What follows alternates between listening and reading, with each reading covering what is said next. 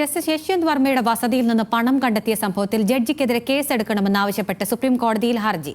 മലയാളി അഭിഭാഷകൻ മാത്യു ജെ നെടുമ്പാറയാണ് ഹർജി നൽകിയത്. എഫ്ഐആർ രജിസ്റ്റർ ചെയ്ത് പോലീസ് അന്വേഷണം നടത്തണമെന്നാണ് ആവശ്യം. വിവരങ്ങളുമായി ഷബ്ന സിയാദ് ചേരുന്നു. ഷബ്ന, എന്തൊക്കെയാണ് ഹർജിയിൽ മുന്നോട്ട് വയ്ക്കുന്നത്? വിവരങ്ങൾ.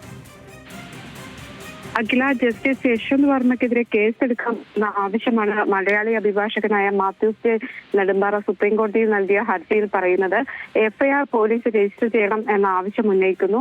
ഈ ജസ്റ്റിസ് യശ്വന്ത് വർമ്മക്കെതിരായ ഇപ്പോൾ നിലവിൽ അന്വേഷണത്തിന് 3 അംഗ ജുഡീഷ്യൽ സമിതിയെ രൂപീകരിച്ചിട്ടുണ്ട്. 2 ഹൈക്കോടതി ചീഫ് ജസ്റ്റിസുമാരും 1 ഹൈക്കോടതി ജഡ്ജിയും ഉൾപ്പെടുന്ന അന്വേഷണ സമിതിയാണ് ഇപ്പോൾ അന്വേഷണം നടത്താൻ സുപ്രീം കോടതി നിയോഗിച്ചിട്ടുള്ളത്. ദില്ലി ഹൈക്കോടതി ചീഫ് ജസ്റ്റിസിന്റെ റിപ്പോർട്ടിന്റെ അടിസ്ഥാനത്തിൽ സുപ്രീം കോടതി ഇത്തരം ഒരു നടപടി സ്വീകരിച്ചിരിക്കുകയാണ്. ഇതിനിടെയാണ് സുപ്രീം കോടതിയിൽ തന്നെ പോലീസ് കേസെടുത്ത് എഫ്ഐആർ രജിസ്റ്റർ ചെയ്യണം എന്ന ആവശ്യവുമായി ഹർജി നൽകിയിട്ടുള്ളത്. ഈ ഹർജി അടുത്ത ദിവസം തന്നെ യശ്വന്ത് വർമ്മയുടെ വസതിയിൽ നിന്ന് പണം കണ്ടെത്തിയ സംഭവത്തിൽ ജഡ്ജിക്കെതിരെ കേസെടുക്കണമെന്നാവശ്യപ്പെട്ട് സുപ്രീം കോടതിയിൽ ഹർജി എത്തിയിരിക്കുന്നു. ഷബ്ന സിയാദാണ് വിവരങ്ങൾ നൽകിയത്.